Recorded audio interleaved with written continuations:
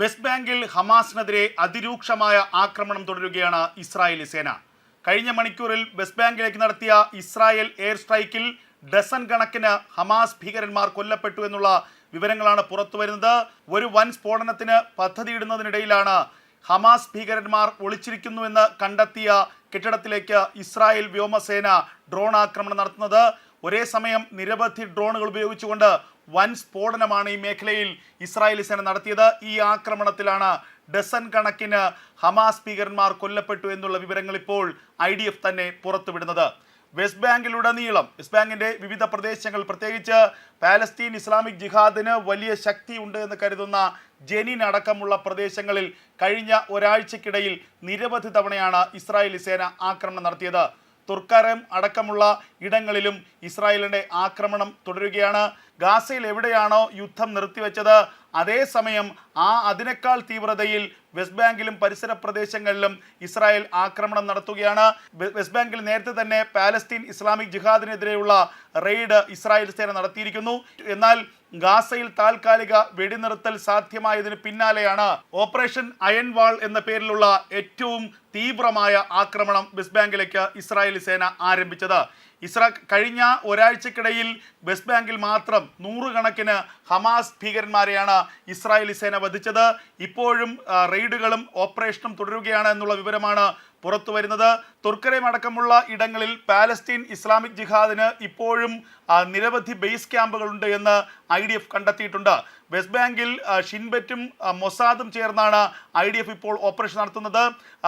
Palestine Islamic ജിഹാദിൻ്റെയും അതുപോലെ തന്നെ ഹമാസിൻ്റെയും ഒളി കേന്ദ്രങ്ങൾ, അവരുടെ ബേസ് ക്യാമ്പുകൾ, അവരുടെ ഭൂഗർഭ അറകൾ ഒക്കെ തന്നെ കൃത്യമായി കണ്ടെത്തുകയും ആ മേഖലകളിലേക്ക് IDFൻ്റെ വ്യോമസേന ആക്രമണം നടത്തുകയും ചെയ്യുന്നു എന്നതാണ് ഇപ്പോഴത്തെ ഓപ്പറേഷൻ രീതി. വലിയ സന്നാഹങ്ങളുമായിട്ടാണ് വെസ്റ്റ് ബാങ്കിലേക്ക് ഇപ്പോൾ IDFൻ്റെ മുന്നേറ്റം നടക്കുന്നത്. ഗാസയിലെ താൽക്കാലിക വെടിനിർത്തലിന് പിന്നാലെ പൂർണ്ണ ശ്രദ്ധ വെസ്റ്റ് ബാങ്കിലും പരിസര പ്രദേശങ്ങളിലേക്കും കൊടുക്കുകയാണ് ഇസ്രായേലി സേന. നേരത്തെ ഗാസയിൽ ഇസ്രായേൽ സേന ആക്രമണം നടത്തുന്ന ഘട്ടത്തിൽ വലിയ തോതിൽ വെസ്റ്റ് ബാങ്കിൽ തീവ്രവാദികളുടെ സാന്നിധ്യമുണ്ടായിരുന്നു. വെസ്റ്റ് ബാങ്കിലെ വിവിധ പ്രദേശങ്ങൾ കേന്ദ്രീകരിച്ച് ഹമാസും പാലസ്തീൻ ഇസ്ലാമിക് ജിഹാദും തങ്ങളുടെ പ്രവർത്തനങ്ങൾ ശക്തമാക്കിയിരുന്നു. ഇത് കൃത്യമായി IDF മനസ്സിലാക്കുകയും ചെയ്തു.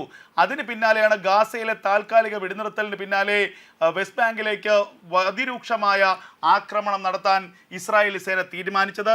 അതിൻ്റെ ഭാഗമായിട്ടാണ് കഴിഞ്ഞ 1-2 ആഴ്ചക്കാലമായി വെസ്റ്റ് ബാങ്കിൻ്റെ വിവിധ പ്രദേശങ്ങളിൽ, പ്രത്യേകിച്ച് ജെനിൻ അടക്കമുള്ള ഇടങ്ങളിൽ IDFൻ്റെ നിരന്തരമായ വ്യോമാക്രമണങ്ങൾ ഉണ്ടാകുന്നത്. നിരവധി ഭീകരന്മാരെ ഇതിനകം തന്നെ ഇസ്രായേൽ സേന വധിച്ചു കഴിഞ്ഞിരിക്കുന്നു. കഴിഞ്ഞ മണിക്കൂറിൽ നടത്തിയ ആക്രമണത്തിലാണ് ഡസൻ കണക്കിന് ഹമാസ് ഭീകരന്മാരെ ഇസ്രായേലി സേന വധിച്ചത്. ഒരു ഡ്രോൺ സ്ട്രൈക്കിലൂടെയാണ്, ഒന്നിലധികം ഡ്രോണുകൾ ഉപയോഗിച്ചുകൊണ്ടുള്ള ഒരു ആക്രമണത്തിലാണ് നിരവധി ഹമാസ് ഭീകരന്മാരെ കൊലപ്പെടുത്തിയത് എന്നുള്ള വിവരങ്ങളാണ് ഇപ്പോൾ അന്താരാഷ്ട്ര മാധ്യമങ്ങൾ തന്നെ പുറത്തുവിടുന്നത്.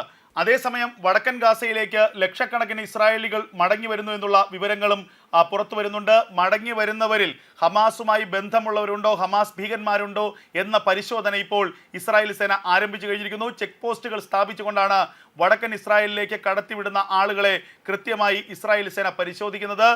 ബന്ദിക്കൈമാനത്തിൻ്റെ 3ാം ഘട്ടമാകുന്നതോടുകൂടി തന്നെ വടക്കൻ ഗാസയിലേക്ക് ആളുകളെ കടത്തിവിടണമെന്നൊരു നിർദ്ദേശം നേരത്തെ വെടിനിർത്തൽ കരാറിലുണ്ടായിരുന്നു. അതിൻ്റെ അടിസ്ഥാനത്തിലാണ് ഇപ്പോൾ വടക്കൻ ഗാസയിലേക്ക് പാലസ്തീനികൾ മടങ്ങി വരാനുള്ള ഒരു സാധ്യത ഉണ്ടായിരിക്കുന്നത്. അതേസമയം മടങ്ങി വരുന്നവരിൽ ഹമാസുമായി ബന്ധമുള്ളവർ ഉണ്ട് എന്നുള്ള സൂചനകൾ ഇസ്രായേലി സേന നേരത്തെ പുറത്തുവിട്ടിരുന്നു. അതുകൊണ്ട് തന്നെ ഇവരെ കൃത്യമായ നിരീക്ഷണത്തിന് ശേഷം മാത്രമേ വടക്കൻ ഗാസയിലേക്ക് പ്രവേശിക്കാൻ അനുവദിക്കുകയുള്ളൂ എന്നാണ് IDFൻ്റെ നേരത്തെയുള്ള നിലപാട്. അതിനുവേണ്ടിയാണ് ഇപ്പോൾ ഫേസ് ഐഡന്റിറ്റി അടക്കമുള്ളവ പരിശോധിച്ചുകൊണ്ട് ആരൊക്കെയാണ് വടക്കൻ ഗാസയിലേക്ക് പോകുന്നത്, അവർ നേരത്തെ വടക്കൻ ഗാസയിൽ താമസിച്ചിരുന്നവരാണോ എന്നുള്ള കൃത്യമായ പരിശോധന ഇസ്രായേൽ സേന നടത്തുന്നത്. അതേസമയം ഗാസയിൽ നിന്ന് പാലസ്തീനികളെ പൂർണ്ണമായും ഒഴിപ്പിക്കുക എന്ന നിർദ്ദേശം നേരത്തെ അമേരിക്കൻ പ്രസിഡന്റ് ഡൊണാൾഡ് ട്രംപ് മുന്നോട്ട് വച്ചിരുന്നു. ജോർദാൻ അടക്കം ഈജിപ്റ്റ് അടക്കമുള്ള രാജ്യങ്ങളിലേക്ക് ഗാസയിലെ പാലസ്തീനികളെ മാറ്റുക. എന്നാൽ ഇതിനോട് അറബ് രാജ്യങ്ങൾ പ്രതികൂലമായ നിലപാടാണ് സ്വീകരിച്ചിരിക്കുന്നത്.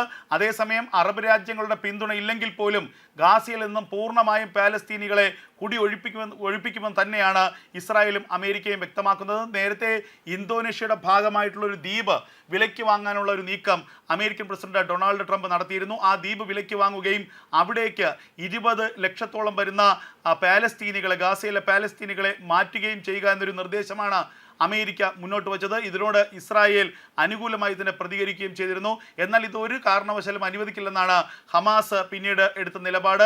അതിന് പിന്നാലെയാണ് ഒരു ദ്വീപ് വിലയ്ക്ക് വാങ്ങുന്നതിനേക്കാൾ ചുറ്റുമുള്ള അറബ് രാജ്യങ്ങൾ, പ്രത്യേകിച്ച് ജോർദാൻ, ഈജിപ്റ്റ് അടക്കമുള്ള അറബ് രാജ്യങ്ങൾക്ക് എന്തുകൊണ്ട് പാലസ്തീനികളെ സ്വീകരിച്ചുകൂടാ എന്നൊരു നിർദ്ദേശം ഡൊണാൾഡ് ട്രംപ് മുന്നോട്ട് വെച്ചത്. എന്നാൽ ഇതിനോട് ജോർദാൻ രാജാവ് അനുകൂലമായി പ്രതികരിച്ചു എന്നാണ് ലഭിക്കുന്ന വിവരം. ഈജിപ്റ്റ് പ്രസിഡന്റുമായി അധികം വൈകാതെ തന്നെ ഡൊണാൾഡ് ട്രംപിന്റെ പ്രതിനിധി സംസാരിക്കുമെന്നും ഉള്ള സൂചനകൾ വരുന്നു. ഇസ്രായേലിന്റെ താല്പര്യങ്ങൾക്കനുസരിച്ചാണ് ഗാസയിൽ നിന്നും പൂർണ്ണമായും പാലസ്തീനികളെ മാറ്റാനുള്ള തീരുമാനത്തിലേക്ക് ഇപ്പോൾ അമേരിക്ക പോയിക്കൊണ്ടിരിക്കുന്നത്. ഗാസയിൽ വീണ്ടും പാലസ്തീനികൾ തുടരുകയാണെങ്കിൽ നിലവിലുള്ള പ്രശ്നത്തെക്കാൾ കൂടുതൽ സ്ഥിതി ഗുരുതരമാകുമെന്നാണ് ഇസ്രായേലിൻ്റെ നിലപാട്.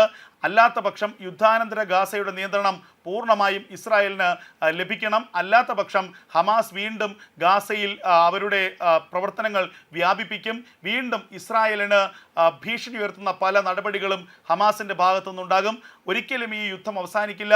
സമാനമായ ആക്രമണങ്ങൾ 2023 ഒക്ടോബർ 7 സമാനമായ അക്രമങ്ങൾക്ക് ഇനിയും ഇസ്രായേൽ വേദിയായേക്കാം. അങ്ങനെ അത് ഉണ്ടാകാതിരിക്കണമെങ്കിൽ ഗാസയിൽ നിന്നും ഹമാസിനെ പൂർണ്ണമായും ഇല്ലാതാക്കണം. ഗാസയിൽ നിന്ന് പാലസ്തീനികളെ പൂർണ്ണമായും കുടിയൊഴിപ്പിക്കണം. വെറും മരുഭൂമി മാത്രമായി ഗാസ മാറണം. എങ്കിൽ മാത്രമേ ഹമാസിൻ്റെ സാന്നിധ്യം ഗാസയിൽ ഇല്ലാതിരിക്കുകയുള്ളൂ. എങ്കിൽ മാത്രമേ ഇസ്രായേലിന് ഭാവിയിലെങ്കിലും ഭീഷണി ഉണ്ടാകാതിരിക്കുകയുള്ളൂ. ഇതാണ് ഇസ്രായേൽ മുന്നോട്ട് വയ്ക്കുന്ന ഒരു നിലപാട്. ഇതിന് അനുകൂലമായി തന്നെയാണ് ഇപ്പോൾ അമേരിക്കയും പ്രതികരിച്ചിരിക്കുന്നത്. ഗാസയിലെ താൽക്കാലിക വെടിനിർത്തൽ അവസാനിച്ച ശേഷം ഗാസയിൽ നിന്നും പൂർണ്ണമായും പാലസ്തീനികളെ മാറ്റുമെന്ന് തന്നെയാണ് നിലവിലെ സാഹചര്യത്തിൽ വിലയിരുത്തേണ്ടത്. തുർക്കരയും അടക്കമുള്ള ഇടങ്ങളിൽ പാലസ്തീൻ ഇസ്ലാമിക് ജിഹാദിന് ഇപ്പോഴും നിരവധി ബേസ് ക്യാമ്പുകളുണ്ട് എന്ന് IDF കണ്ടെത്തിയിട്ടുണ്ട്. വെസ്റ്റ് ബാങ്കിൽ ഷിൻബെറ്റും മൊസാദും ചേർന്നാണ് IDF ഇപ്പോൾ ഓപ്പറേഷൻ നടത്തുന്നത്. പാലസ്തീൻ ഇസ്ലാമിക് ജിഹാദിൻ്റെയും അതുപോലെ തന്നെ ഹമാസിൻ്റെയും ഒളി കേന്ദ്രങ്ങൾ, അവരുടെ ബേസ് ക്യാമ്പുകൾ, അവരുടെ ഭൂഗർഭ അറകൾ ഒക്കെ തന്നെ കൃത്യമായി കണ്ടെത്തുകയും ആ മേഖലകളിലേക്ക് IDFൻ്റെ വ്യോമസേന ആക്രമണം നടത്തുകയും ചെയ്യുന്നു എന്നതാണ് ഇപ്പോഴത്തെ ഓപ്പറേഷൻ രീതി. വലിയ വലിയ സന്നാഹങ്ങളുമായിട്ടാണ് വെസ്റ്റ് ബാങ്കിലേക്ക് ഇപ്പോൾ IDFൻ്റെ മുന്നേറ്റം നടക്കുന്നത്. ഗാസയിലെ താൽക്കാലിക വെടിനിർത്തലിന് പിന്നാലെ പൂർണ്ണ ശ്രദ്ധ വെസ്റ്റ് ബാങ്കിലും പരിസര പ്രദേശങ്ങളിലേക്കും കൊടുക്കുകയാണ് ഇസ്രായേലി സേന. നേരത്തെ ഗാസയിൽ ഇസ്രായേൽ സേന ആക്രമണം നടത്തുന്ന ഘട്ടത്തിൽ വലിയ തോതിൽ വെസ്റ്റ് ബാങ്കിൽ തീവ്രവാദികളുടെ സാന്നിധ്യമുണ്ടായിരുന്നു.